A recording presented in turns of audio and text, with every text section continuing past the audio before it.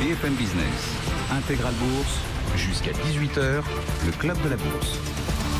Nos invités avec nous jusqu'à 18h, Didier Rabattu, responsable de la gestion action globale de Lombardier IM, et Jean-Paul Nicolaï, directeur général de Wise AM. Voilà, on a ces petites turbulences aujourd'hui, logique, normale, quand on dézoome comme on l'a fait avec vous, il ne se passe rien ou quasiment rien.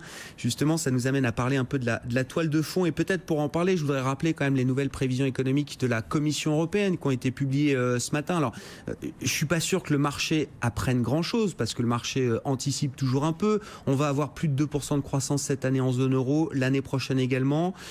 Un soupçon d'inflation autour de 1,5%. Alors une inflation trop faible, diront certains, une inflation modérée qui peut être perçue comme satisfaisante. Est-ce que le scénario là que nous vend la Commission européenne pour le 2018, c'est le vôtre également, Jean-Paul Nicolaï? Est-ce que c'est un bon scénario pour les investisseurs? Est-ce que ça reste une toile de fond positive là? Oui, plusieurs choses.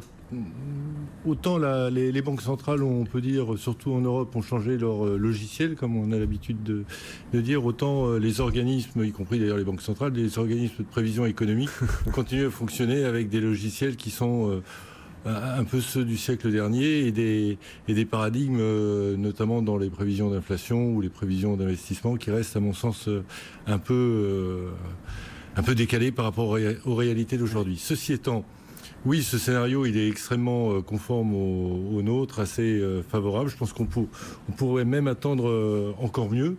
Parce que si on regarde le détail, on voit que justement les prévisions d'investissement restent très prudentes. Et ça, c'est à juste titre, parce que ces dernières années, on a eu beaucoup de déceptions en matière d'investissement. À chaque fois, ils prévoyaient une hausse d'investissement et il n'y avait pas d'investissement au rendez-vous. Là, je pense qu'on peut commencer à espérer un peu mieux. À nouveau dans un scénario central, mais en tout cas, il est très raisonnable d'imaginer que la tendance actuelle d'amélioration se poursuive en Europe, surtout si elle est accompagnée d'une amélioration, comme ce qu'on observe aujourd'hui un peu partout dans le monde, y compris aux États-Unis, où la notion de cycle est complètement oubliée d'une certaine manière, et où on n'a aucune raison, à court terme en tout cas, de modifier des perspectives favorables. Donc pour les investisseurs, effectivement, en tout cas sur les marchés actions, on se retrouve avec une croissance, et même sur les marchés de taux, on se retrouve avec une croissance régulière, pas trop forte, pas d'inflation, pas de tension, c'est plutôt un scénario rêvé.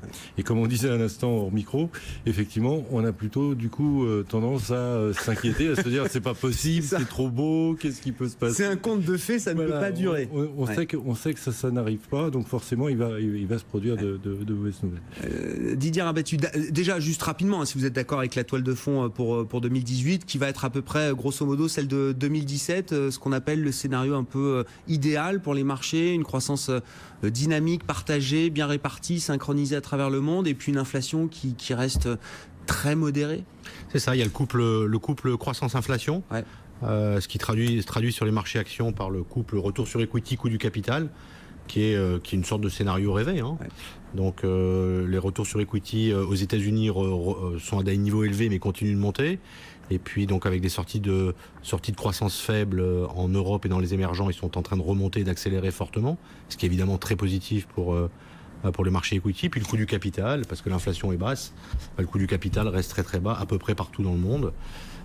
C'est-à-dire qu'il reste très bas en Europe, très très bas en Europe, relativement bas aux États-Unis, et en fait il est en train de baisser dans les émergents. Donc le couple croissance-inflation, retour sur equity, coût du capital est absolument parfait. Et cette idée justement que l'inflation va rester basse éternellement, alors je parle notamment États-Unis, Europe, hein, les États-Unis étant quand même les plus avancés dans le cycle aujourd'hui, on a l'impression qu'il y a des investisseurs qui ont capitulé avec l'idée qu'on va retrouver un jour quand même un niveau d'inflation un peu supérieur à ce qu'on a aujourd'hui. Et puis en face de ça, on a quelques banquiers centraux, entre autres, mais d'autres également, qui nous disent attention, l'inflation, elle est peut-être au coin de la rue, et l'inflation, elle peut se déclencher aussi comme ça. C'est pas forcément un processus linéaire, c'est quelque chose comme ça qui peut se déclencher parce qu'on a un marché du travail qui est déjà très tendu. Enfin, vous avez une chapelle par rapport à ça? Vous avez une école? Oui, on a une école. Nous, on conviction. Alors sur la partie structurelle, je pense qu'on reste dans un scénario, la partie structurelle, c'est-à-dire pas les 6 ou 9 prochains mois, on reste dans un scénario dans lequel les niveaux d'inflation dans le monde vont rester très très bas. Et je pense qu'il y a quelques raisons qu'il faut expliquer qui n'ont pas changé. La première, c'est la technologie. La technologie, donc il faut écouter les conference calls d'Amazon ou de Alibaba, ce sont des tueurs d'inflation. Ce sont des tueurs d'inflation parce qu'ils sont des gens qui opèrent sans capital. Donc évidemment, ils peuvent travailler avec des petites marges. Donc ils cassent l'inflation. Ça, c'est la première chose. Et puis, comme vous le savez, la technologie, elle est en train de se disséminer absolument partout, que ce soit dans le commerce ou même dans la production maintenant. Donc en gros, structurellement, pendant de longues années, on a encore... c'est la première chose. La deuxième chose, c'est que la force de travail à l'échelle mondiale, elle reste relativement importante. C'est-à-dire que... Il y a un réservoir encore important. Oui, il y a 500 millions d'Indiens qui seraient ravis de venir travailler ici. Bon, il y a du monde, quoi. Aux États-Unis, la réalité, c'est qu'il y a beaucoup de gens qui sont sortis du marché de l'emploi. Donc en fait, ce 4-5% de chômeurs, qui est, c'est vrai, quand on le compare avec les cycles d'avant, est bas. Mais il y a une grande partie des gens qui ne sont pas revenus dans le marché de l'emploi. Donc bon, il y a quand même encore un vrai chômage. Puis les salaires restent très très bas de toute façon. Donc là, il n'y a pas vraiment non plus d'inflation. Et alors dans les émergences, encore un cas un peu à part, c'est que les balances des paiements qui avaient été abîmées par 3-4 années de très forte hausse des salaires justement, ça c'est le cycle 2009, 2012-13. Ces balances des paiements ont été réparées, les taux d'inflation, eux, baissent pour de bon. Puis on le voit avec la Russie, on le voit avec le Brésil, on le voit avec la Chine, etc., où il n'y a pas d'inflation. La Chine, il n'y a pas d'inflation. Donc, et puis il y a le quatrième, qui est peut-être le plus important, qui est le Black Swan, c'est ce niveau de dette à l'échelle de la planète, qui continue de monter tranquillement. Et la dette, on le sait très bien, elle est dépressive pour les prix. Enfin, c'est, Pour vous, le problème, l'accident de marché un jour viendra d'un questionnement sur la dette, d'un retour des inquiétudes sur la dette d'un pays, d'une entreprise globale. Alors, probablement oui, parce que si vous prenez les États-Unis, je crois qu'on est à 32 trimestres de croissance. Oui, et ils possible. Depuis 2009, ils n'ont pas eu un budget excédentaire encore. Non. Si je crois que vous prenez la France, enfin votre pays, je crois qu'on n'a pas eu un budget excédentaire depuis 78 ou 79. Je rappelle que Lombardier est une maison suisse et que Didier Rabattu est suisse. Donc voilà, c'est notre pas pays. Vraiment, voilà, mais bon. bon. Ce que je veux juste dire, c'est que la dette continue à continuer de monter. Et c'est vrai que les montants de dette... des montants de dette souveraines sont absorbables parce que les taux sont très très bas, mais qu'à un moment donné ou à un autre, le marché de la dette, je ne suis pas un spécialiste du marché de la dette, mais peut se poser de la question de la capacité de remboursement à terme de cette dette. Alors ça ne viendra pas dans l'année qui vient ou dans les 2 années qui viennent, mais un jour ou l'autre, oui. Bon, dans ce scénario favorable, là, où est le loup, Jean-Paul Nicolai? Vous êtes d'accord? C'est la dette? Est-ce que ça peut être le risque d'une erreur de politique monétaire d'une banque centrale? D'où vient le risque, là? Je voudrais déjà Bien sûr. aller dans le sens de Didier sur l'inflation, complètement sur ce qui se passe. Il faut bien comprendre ce qui se passe au niveau mondial. On a une élévation, tous ces pourcents de croissance qui viennent année après année, là, dans de nombreux grands pays, sont en train de constituer des classes moyennes qui consomment, des entreprises qui consomment et qui, du coup, offrent un terrain de jeu pour les innovations technologiques vraiment de plus en plus phénoménal. Donc on a un levier absolument extraordinaire aujourd'hui, et c'est pas étonnant que du coup on ait des valorisations très élevées sur certaines compagnies technologiques au monde. On a un levier formidable puisque plus ça croît et plus ça croît, plus leur terrain de jeu s'accroît. Avec, en revanche, il faut avoir quelque chose en tête, c'est que on a une pression sur les prix, d'une part parce que effectivement, c'est des économies à coût fixe qui font que aujourd'hui, il n'y a pas de... Le terrain de jeu, je veux dire, se gagne par des baisses des prix, par une concurrence par les prix, ce qui fait qu'on a une pression d'une manière générale au niveau mondial sur les prix qui reste importante et qui restera importante tant qu'on aura cette concurrence-là. Mais ça se paye en termes de croissance potentielle. Juste pour expliquer, l'innovation aujourd'hui, donc c'est le rêve schumpeterien de la destruction créatrice. Et à chaque fois, vous avez une nouvelle innovation et c'est merveilleux parce que ça apporte du progrès technique et ça détruit effectivement, mais ça apporte plus de croissance que ça ne génère de décroissance. Ceci étant, la concurrence effrénée qu'il y a sur le plan de l'innovation, qui tous les jours apporte de nouvelles solutions techniques, fait que on n'a pas le temps de valoriser chaque nouvelle innovation. Donc on se retrouve aujourd'hui avec des innovations qui, si on les laissait se déployer au niveau mondial, seraient susceptibles d'apporter, je sais pas moi, aucune idée de la manière dont on pourrait chiffrer ça, mais plusieurs points de croissance au niveau mondial supplémentaires. Or on n'a pas ça parce qu'on a une concurrence assez forte et puis même les entreprises elles-mêmes sont obligées de renouveler leurs innovations de manière régulière et ils ne tirent pas toute la valeur de chacune de leurs innovations. Donc ça, c'est un point important. Ça veut dire que ça nous protège en termes de risque inflationniste de manière très considérable. En revanche, ça nous fait payer quelques points de croissance potentielle en échange. Bon, on va marquer une pause, fin de séance à suivre sur les marchés européens. Donc on a compris, des vues convergentes sur l'idée que oui, on va avoir des points de croissance en plus, mais la contrepartie, c'est qu'on a cette inflation parce que cette croissance, elle vient aussi de l'innovation technologique. En contrepartie, moins d'inflation, ou en tout cas une inflation qui reste très très modérée. Ça s'est reflété dans les prévisions de la Commission européenne aujourd'hui, qui valide ce que le marché a déjà anticipé, notamment pour 2018. Croissance de plus de 2% attendue pour la zone euro, une inflation qui reste autour de 1,5. Le CAC 40 qui va céder autour de 1% ce soir. On va avoir la clôture définitive dans quelques instants, 5415 points, une séance un peu plus chahutée que d'habitude, la plus forte baisse depuis 2 mois.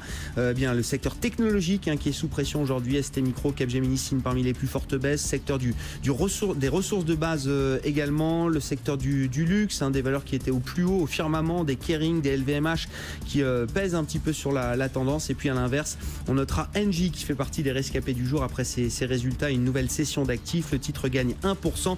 Et puis des choses positives quand même, il faut le noter, dans le secteur financier au sens large. L'assureur néerlandais Aegon qui a publié des résultats positifs, plus 4,8% pour le titre à Amsterdam. Et puis des éléments positifs également dans les publications de Commerzbank ou encore d'Unicredit qui sont salués par le marché. Le CAC, moins 1%, 5416 points en attendant la clôture définitive. Fin de séance sur les marchés européens, une séance un peu plus chahutée que d'habitude. On va en parler avec nos invités, avec nous en plateau jusqu'à 18h. Et on va retrouver Andrea Tueni, Sales Trader chez Saxo Bank à Paris. Andrea, bon, d'après ce que j'ai compris du message des experts dont vous faites partie aujourd'hui, oui, c'est un peu chahuté, mais à ce stade, rien de grave. Andrea, vous confirmez ?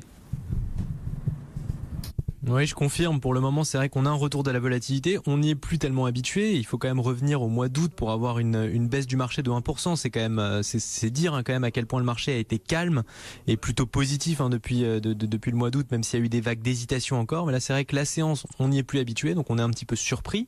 Mais pour autant, on est loin des signaux d'alarme. Et on est sur un marché qui, à mon avis, d'après moi, a besoin de reprendre son souffle. Alors peut-être que ce sera le début d'une phase de consolidation plus importante, mais à l'heure actuelle, au moment où on se parle, c'est trop tôt pour le dire. On est en train d'hésiter sur le CAC autour d'un niveau de support à 5415. Le prochain qui, pour moi, constitue une première alerte qui viendrait remettre légèrement en cause la tendance, ou en tout cas le dernier mouvement post-BCE qui serait, lui, en tout cas remis en cause, c'est une zone à 5485, pardon. C'est 5385, pardon. C'est la zone vraiment qui nous fait hésiter sur le CAC et qui est la première zone d'alerte sur ce marché. 5415, c'est le support sur lequel le marché aujourd'hui est en train de buter. Mais globalement, pour moi, c'est vraiment en l'absence de catalyseur, dans une semaine qui est beaucoup plus calme en termes d'annonces macroéconomiques, microéconomiques et d'un point de vue aussi politique, même s'il y a cette réforme fiscale qui joue et qui va travailler sur ce marché d'ici la fin de l'année et même à très court terme, d'ici à ce qu'on ait d'autres annonces sur, par exemple, la décision qui seront prises au niveau du Sénat après les décisions qui ont été prises par la Chambre des représentants et la présentation du projet de loi au Sénat. On sent qu'il y a vraiment une volonté, en l'absence de catalyseur, de sécuriser une partie des gains, de prendre un petit peu de recul par rapport à ce marché, peut-être pour réenclencher soit une vague de consolidation, soit une nouvelle vague de hausse et revenir sur ses plus hauts et poursuivre et finir l'année du coup sur des signaux encore une fois positifs. Donc pour le moment, pour moi, ça s'assimile encore une fois à vraiment un besoin de répit du côté des investisseurs. On a vu Wall Street qui est quand même en surchauffe depuis plusieurs mois. On parle très souvent d'une consolidation des marchés américains, d'une correction même des marchés américains qui serait saine. Pour le moment, on en est très loin, mais voir une pause à Wall Street après cette séance de hausse d'affilée et des records qui ont encore été battus, ça me paraît pas du tout choquant et pas encore une fois alarmant aujourd'hui. Donc on va voir un peu la suite des événements dans les prochains jours et la semaine prochaine, voir si on a une poursuite de ce mouvement de consolidation et de ce léger repli qu'on observe aujourd'hui. Mais pour moi, on est plus surpris, on va dire, par le mouvement qui est important parce qu'on n'avait pas vu encore une fois de baisse de plus de 1% depuis le mois d'août. Oui, mais comme on a pu être surpris par les mouvements de hausse aussi qu'on a vus ces derniers temps, hein, parfois des mouvements à la hausse comme ça qui accélèrent sur quelques heures au cours d'une séance, et puis là on a la réplique à la baisse, hein, et tout ça effectivement reste assez mesuré quand on prend un petit peu de recul. Donc il y a des points sur le CAC à surveiller, 5380, 5385, hein, c'est les niveaux qui sont cités par nos experts et les analystes techniques. On clôture au-delà de ces niveaux ce soir, donc on a encore un peu de marge avant de se poser des questions peut-être plus importantes. 5412 points pour le CAC ce soir, qui recule d'1,16%, 5407 points précisément, donc moins 1,16% pour le CAC. Secteur technologique, secteur des ressources de base qui ont été particulièrement attaqués. ST Micro recule de 5,6%, ArcelorMittal recule de plus de 3%, Capgemini recule de 3%. On a là les trois plus fortes baisses du CAC cet après-midi. Le secteur du luxe, textile, mode, habillement qui était un petit peu sous pression également. On a eu des ventes décevantes chez Burberry à Londres, restructuration annoncée par le groupe qui va dans un premier temps coûter de l'argent, et c'est ce que le marché retient pour l'instant. Burberry qui chute de 10%. On avait également dans le prêt-à-porter Yoox, net à porter côté à Milan, qui chute de 10% également. Et puis dans le secteur, on notera nos titres à nous, à Paris, un peu sous pression, hein, Kering, moins 3% ce soir. LVMH recule de près de 2%. On a eu quelques accidents dans le secteur de l'industrie également, et l'industrie éolienne, industrie très compliquée en ce moment, d'un point de vue de la rentabilité et d'un point de vue boursier. On le voyait hier avec Siemens Gamesa, on le voit aujourd'hui avec Vestas, le danois, un des leaders mondiaux du secteur de l'éolien, qui avertit que sa rentabilité ne sera pas au rendez-vous. Il abaisse ses objectifs 2017 en termes de rentabilité. La sanction est très très lourde, moins 20%.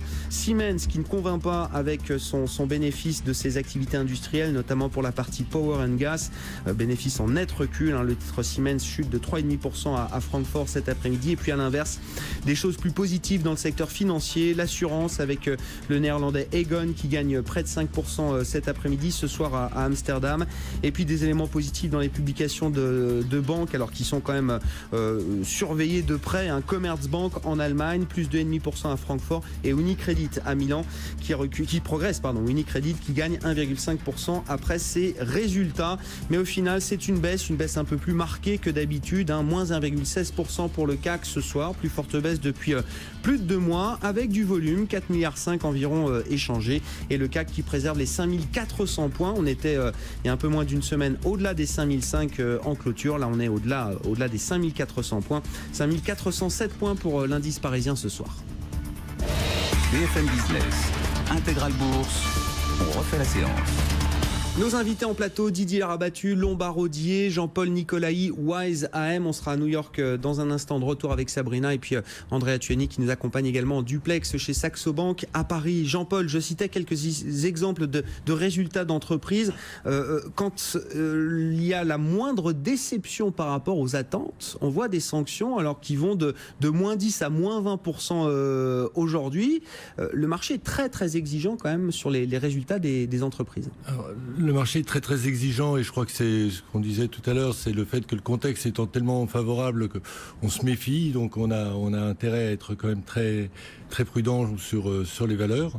La deuxième chose, c'est que le mouvement de hausse de la BCE s'était fait rapide, donc ça veut dire qu'il a forcément été fait aussi au travers d'achats de futurs, et donc au moment de la baisse, on en profite quand même pour sélectionner un peu les valeurs et pour avoir des portefeuilles qui se construisent et pas seulement acheter le marché dans son ensemble.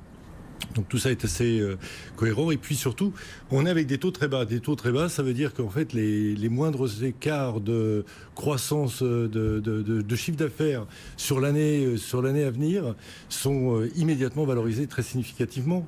Et donc ça conduit à des chocs aussi monstrueux que celui qu'on observe sur Altis et CFR. Ça conduit sur les éoliennes, c'est un peu plus compliqué, mais sur Europcar c'est pareil. Ouais. On a là des schémas très clairs dans le business de cette société, et on valorise, à la limite un peu brutalement certes, mais on valorise immédiatement cet écart de bénéfices attendus.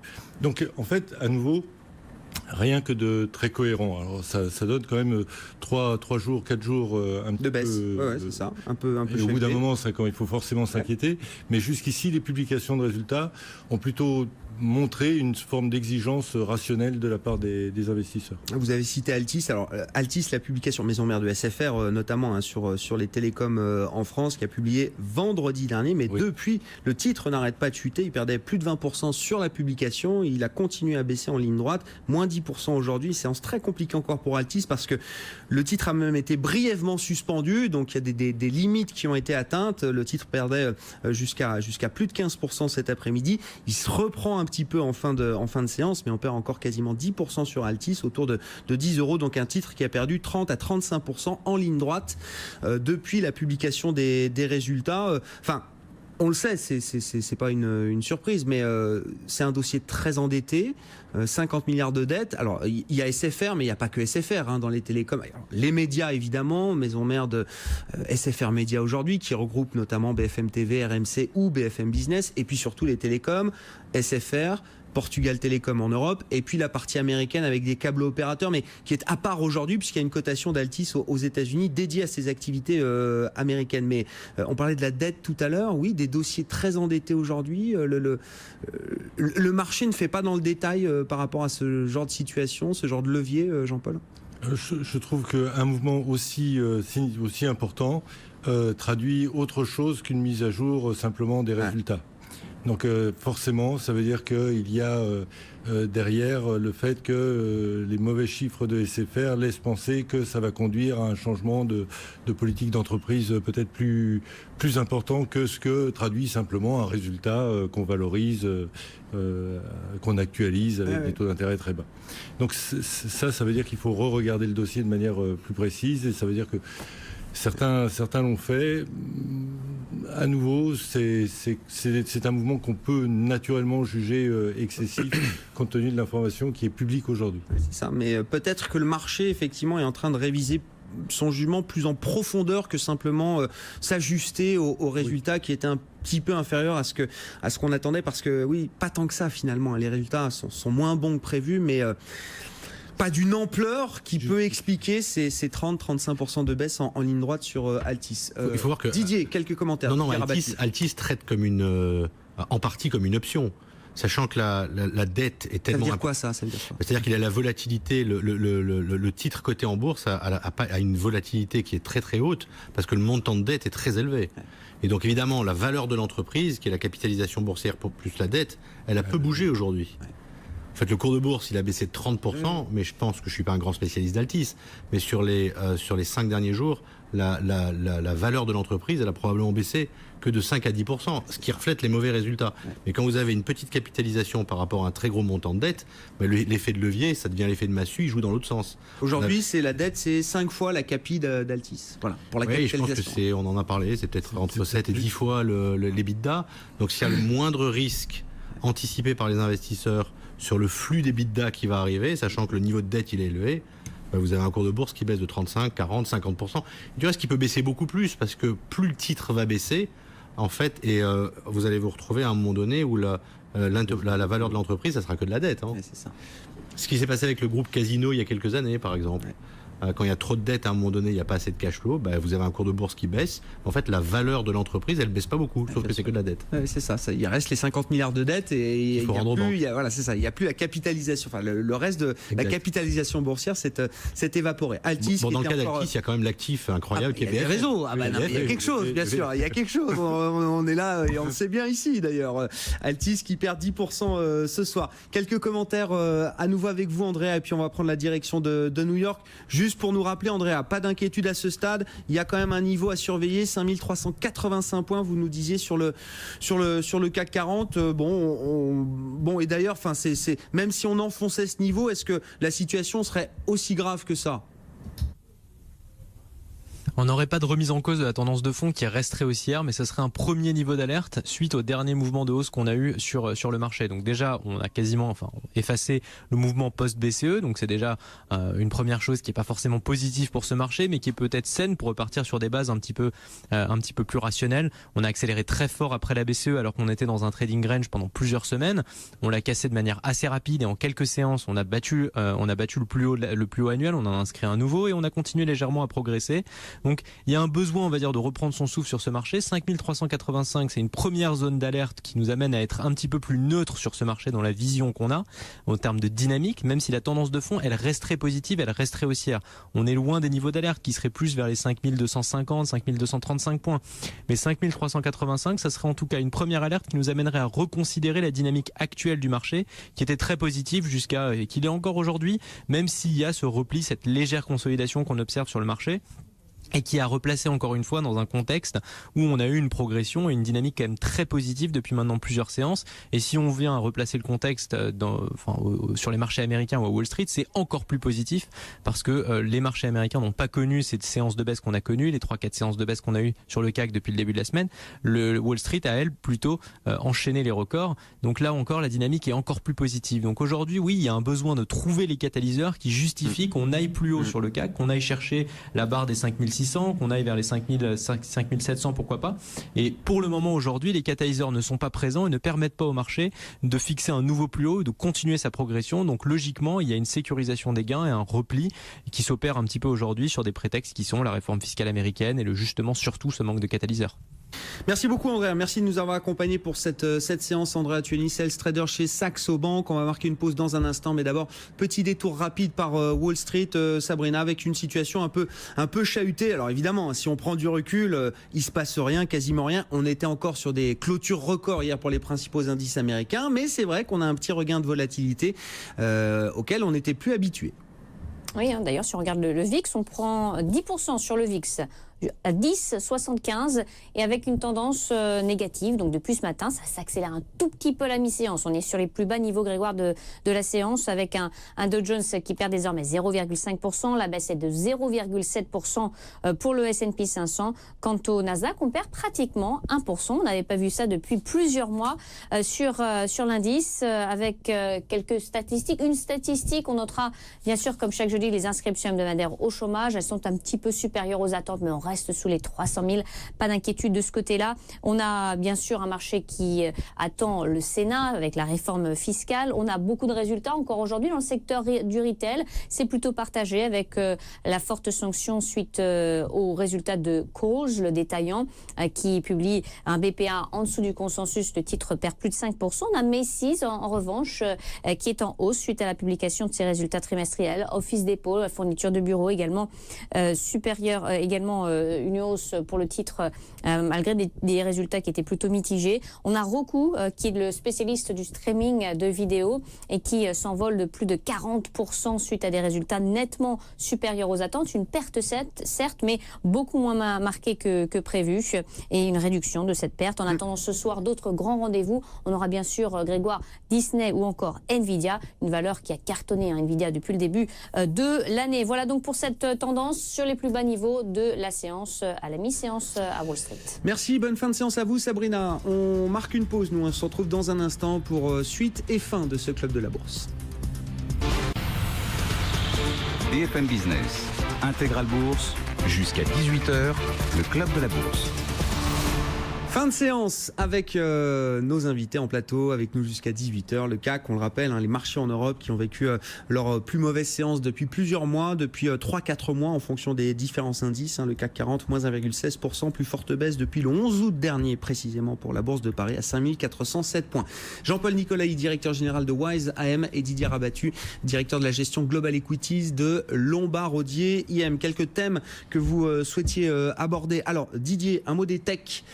On parle beaucoup des GAFA, des GAFAM, de leur contribution à la croissance des bénéfices agrégés sur le marché américain, de leur contribution spectaculaire à la performance des indices, Wall Street et des indices mondiaux évidemment. Comment vous regardez Pas européen. Ah bah pas européen, non, oui ça je vous confirme. La tech pèse un peu moins lourd chez nous qu'à Wall Street et que dans les indices mondiaux. Comment vous regardez cette situation? Il faut surfer sur cette tendance, c'est porteur, ça va continuer, ou est-ce qu'il faut commencer à s'en méfier?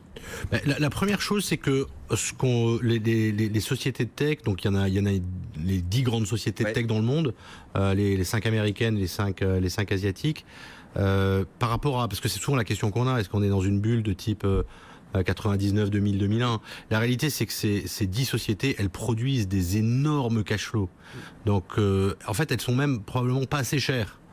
Et c'est pour ça qu'elles m'ont... Oui, je suis désolé d'être une nouvelle fois très controversée. Elles sont pas toutes valorisées de la même manière. Entre un Apple et un Amazon, on n'est pas dans les mêmes mondes en termes de valorisation. Mais au global, vous dites, elles pourraient être encore plus chères. Alors, il faut rentrer dans le détail. Oui, non, mais restons global. À des capitaux employés négatifs, quasiment. Donc évidemment, qui traitent sur un PE de 150, ça paraît élevé. Mais ces retours sur equity sont tellement élevés que le titre n'est pas foncièrement très très cher. Et je pèse mes mots. Si vous prenez Samsung, ça traite à 2,5 fois EV sur EBITDA. La valeur d'entreprise sur le cash flow, sur le résultat opérationnel. En fait, c'est extrêmement peu cher. Il y a toujours une petite prime sur le marché coréen aussi. Mais voilà, ça vient après, un titre qui a plus que doublé. C'est vrai. Donc ce que je veux dire, c'est qu'on n'a pas de bulle en termes de valorisation. Il n'y a pas. Par contre, ce qui se passe, c'est que ces sociétés-là, elles ont créé, c'est le rêve du capitalisme. C'est-à-dire qu'elles dominent complètement leur marché. Donc ce sont des monopoles à l'échelle soit d'une région, soit mondiale. Si vous prenez Amazon et Alibaba, ils se partagent le monde du commerce en ligne. Et donc c'est ça qui leur donne, ils ont un tel pouvoir de négociation avec les fournisseurs et leurs clients qui génèrent des marges très élevées et des retours sur equity très élevés. C'est des monopoles qui ne sont pas des monopoles publics. Et ça a une valeur absolument immense. D'accord ? Donc je dirais qu'il n'y a pas de valorisation excessive. Par contre, la réalité, c'est que leur contribution dans les indices, elle commence à devenir un peu dangereuse. Si on prend les marchés émergents, sur 33 ou 34% de croissance des marchés émergents, les 5 grandes sociétés de tech, elles doivent représenter pas loin de 40%. Et alors, en fait, c'est pire qu'à Wall Street. Oui, c'est ça. Oui. C'est-à-dire que quand on regarde les marchés émergents aujourd'hui, une nouvelle fois, une question qu'on a assez souvent, c'est mais les matières premières, elles n'ont pas monté. Je crois qu'en fait, le problème, c'est que tout le monde s'en fout des matières premières maintenant, parce que ça représente moins de 8% de l'indice des marchés émergents. La tech, c'est 28%. Alors, on est resté au siècle dernier, là, vous nous dites en fait. Exact. Et quand on pense encore avec ce logiciel-là, c'est fini, ça s'appelle autre chose maintenant. Je veux dire, quand vous prenez Alibaba, Taiwan Semiconductor, Samsung, Tencent, ces 4-là, c'est presque 20% de l'indice des marchés émergents, 30% des indices asiatiques. Et ce sont des vraies valeurs de tech, mais ce sont des vraies sociétés. Conclusion de tout ça. Sur les émergents, vous restez positif sans trop développer, et si vous restez positif, ça veut dire qu'il faut être positif forcément sur la tech émergente. Alors je pense que ce qu'il faut faire, la seule chose à laquelle il faut faire attention vraiment dans les émergents, et c'est peut-être un bémol par rapport à ce qu'on a dit sur les 18 derniers mois, c'est que les zones géographiques n'ont plus les mêmes profils. D'un côté, on a l'Asie et une partie de l'Asie qui va extrêmement bien. Avec des monnaies qui sont relativement stables, quand on pense au won coréen ou au dollar taïwanais ou évidemment les monnaies chinoises, donc soit le Hong Kong dollar ou le RMB, et des croissances économiques qui sont fortes avec une inflation maîtrisée et des pouvoirs politiques qui sont très stables. Ça, c'est une grosse partie. Et puis après, de l'autre côté, dans les émergents, qui étaient les émergents un peu moins glorieux, Afrique du Sud, Turquie, et puis le Brésil qui revient, une grande partie de l'Amérique latine. Et tous ces pays-là commencent à sous-performer avec des monnaies, un FX qui est moins bon, des monnaies qui sont plus faibles. Les devises. Des devises. Une technologie qui est moins présente, des sociétés moins organisées, un pouvoir politique qui est plus fragile. Donc je pense qu'il faut faire attention. Il va falloir être plus sélectif. Acheter les émergents dans leur ensemble, ça a très bien marché cette année. Oui. Ça pourrait être plus compliqué à l'avenir. Mais l'Asie, en tout cas, ça reste pour vous. Quand vous regardez les émergents, il y a un point d'interrogation autour de la tech, parce qu'elle est tellement grosse. Il y a un point d'interrogation autour de certains pays émergents. Et il y a un point d'interrogation autour des indices aussi, de sociétés qui sont vraiment détenues par le gouvernement, qui représentent 40 à 50% des indices. Jean-Paul, si vous avez un commentaire, et puis on parlait alors du FX, du Forex, le marché des devises, le marché des changes, voilà. Comment vous regardez aujourd'hui l'échange ? On s'en est inquiété, il faut se souvenir, tout au long de l'été, on s'inquiétait de la montée de l'euro-dollar, par exemple. Est-ce que c'est encore un sujet pour les investisseurs ? C'est un sujet d'inquiétude qui peut revenir, ou est-ce que finalement, voilà, on a trouvé des niveaux d'équilibre sur les grandes parités qui satisfont tout le monde aujourd'hui? Alors, on voit bien que concomitamment à la hausse des marchés européens, il y avait aussi la hausse, la baisse de l'euro. Donc on a encore ce lien, et je pense qu'en 2018, pour faire un scénario, lorsqu'on s'amuse à essayer de chiffrer les scénarios sur les places financières, ce qui est toujours très délicat, on a du mal à ne pas tenir compte du niveau du dollar. Et ça, c'est une clé pour les marchés émergents, et c'est une clé aussi pour l'Europe, Et ça dépend beaucoup, évidemment, des politiques des banques centrales, mais ça dépend aussi beaucoup des évolutions géopolitiques. Et on voit qu'on est à la merci de beaucoup de choses concernant quand on a Trump aux États-Unis et puis, d'une manière générale, d'autres pouvoirs en place dans d'autres pays. Donc on est voilà, ça, pour nous c'est un risque. Ce risque il peut être extrêmement accru en cas de risque que le scénario qu'on bâtisse pour 2018 soit mis à plat ou écorné par des mouvements de devises qu'on n'aurait pas vu venir pour des raisons X ou Y. On voit bien que c'est ce qui s'est passé quand même cet été sur les places européennes. C'était quand même bien lié à l'écart, en tout cas l'écart entre le marché américain et le marché européen et tenait à la devise. L'autre risque que je voulais juste souligner en quelques secondes, c'est que le niveau de volatilité qu'on a, même si aujourd'hui on a un petit regain, est très très faible. Youpi, on est au-delà de 10 sur le VIX, mais il faut le redire d'un mot quand même. Enfin, ça reste historiquement faible. Et ce qu'il faut voir, c'est que pour essayer de gagner un peu de performance aujourd'hui, beaucoup sur les marchés sont vendeurs de volatilité. Parce que effectivement, on prend pas de grands risques, parce que les marchés sont déjà hauts, etc. Et on vend de la vol et ça rapporte un petit peu, mais ça peut coûter très très très cher. Et je pense que si le marché se retourne, si la volatilité remonte, remonte. Et quand on se souvient effectivement des niveaux de volatilité qu'un marché, que le VIX peut avoir, on peut connaître de graves tensions. Et donc des difficultés chez certains acteurs qui auraient trop misé, on va dire, sur ces stratégies de short vol. En tout cas, nous, on surveille ça. D'accord, des éléments à surveiller. Bon, les devises, toujours, effectivement, ça, c'est relativement plus calme désormais, mais effectivement, on peut toujours avoir des mouvements de devises qui obligent à réviser le scénario. Et puis la volatilité, historiquement faible. On a vu encore un mois d'octobre qui était peut-être le mois le plus faible historiquement en termes de volatilité cumulée. Et puis un VIX qui remonte un petit peu aujourd'hui, parce que oui, ça chahute un petit peu, mais rien de très méchant quand même. Des prises de profit, voilà ce qu'il faut dire sur ces marchés qui ont quand même bien performé en Europe et aux États-Unis. Merci beaucoup, messieurs. Merci d'avoir été avec nous pendant une heure. Jean-Paul Nicolai, directeur général de Wise AM, et Didier Rabattu, responsable de la gestion Action Globale de Lombard Odier IM, qui étaient nos invités du Club de la Bourse. Le CAC ce soir à Paris, moins 1,16%, plus forte baisse depuis 3 mois pour le marché parisien. Ça reste mesuré. Pas d'alerte technique à ce stade, nous disent nos experts, tant qu'on est au-delà des 5400 points, 5407 points en clôture ce soir pour le CAC. BFM Business, Intégral Bourse, jusqu'à 18h, la bourse en temps réel.